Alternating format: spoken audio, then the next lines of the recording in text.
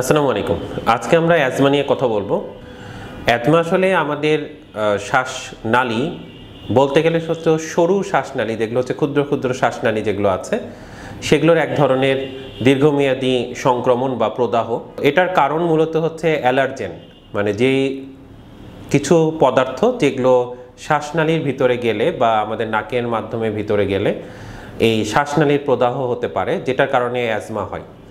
অ্যাজমার একটা লক্ষণ হচ্ছে দীর্ঘমেয়াদী কাশি হবে, বুকের মধ্যে শাঁসা চিচি আওয়াজ হবে, বুকে চাপ চাপ বোধ হবে, এবং এটার একটা নির্দিষ্ট সময় আছে। এটা অনেকগুলো কারণে হতে পারে। তার মধ্যে প্রধান কারণ আমরা যেটা বলে থাকি সেটা হচ্ছে বংশগত। বংশের কারো হাঁপানি থাকলে সেই হাঁপানিটা হতে পারে। আবার পরিবেশগত কারণেও হতে পারে। পরিবেশে যদি ধুলা ধোঁয়া এগুলো বেশি থাকে তাহলেও যে কোনো মানুষের, যে কোনো বয়সের মানুষের এটা হতে পারে। সেটা ছোট থেকে শুরু করে মধ্যবয়সী এবং বয়স্ক সবারই হতে পারে।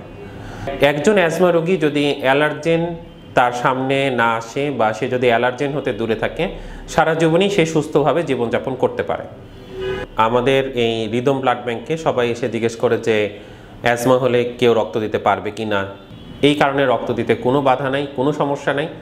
তবে অ্যাজমাটা নিয়ন্ত্রণে রেখে রক্ত দিতে আসবেন। নিয়মিত রক্ত দিলে কোনো সমস্যা হয় না। 3 থেকে 4 মাস পর পর রক্ত দেওয়া যায়, এবং এই রক্ত দেওয়ার ফলে অ্যাজমা বাড়বে এরকম কোনো কথা নেই। তো সবাইকে ধন্যবাদ। আসসালামু আলাইকুম।